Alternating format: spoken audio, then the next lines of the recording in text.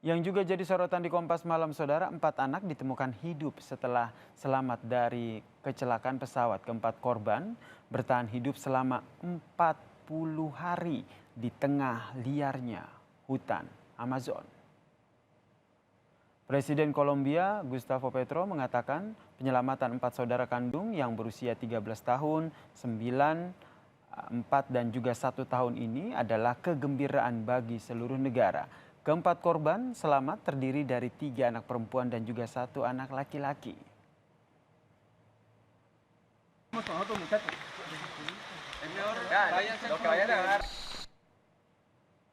Keempat bocah kakak beradik ini, Saudara, ditemukan selamat dari kecelakaan pesawat yang terjadi 40 hari yang lalu.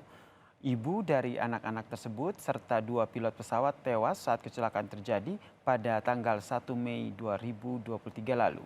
Keempat anak bertahan hidup di hutan liar Amazon dengan memakan buah-buahan yang berada di hutan.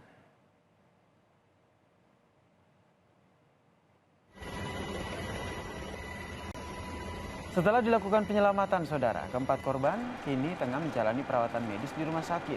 Keempat korban mengalami kekurangan nutrisi dan juga dehidrasi. Keempat kakak beradik ini ditemukan setelah lebih dari 80 orang masyarakat adat beserta dengan pasukan militer Kolombia melakukan pencarian dengan menyusuri hutan.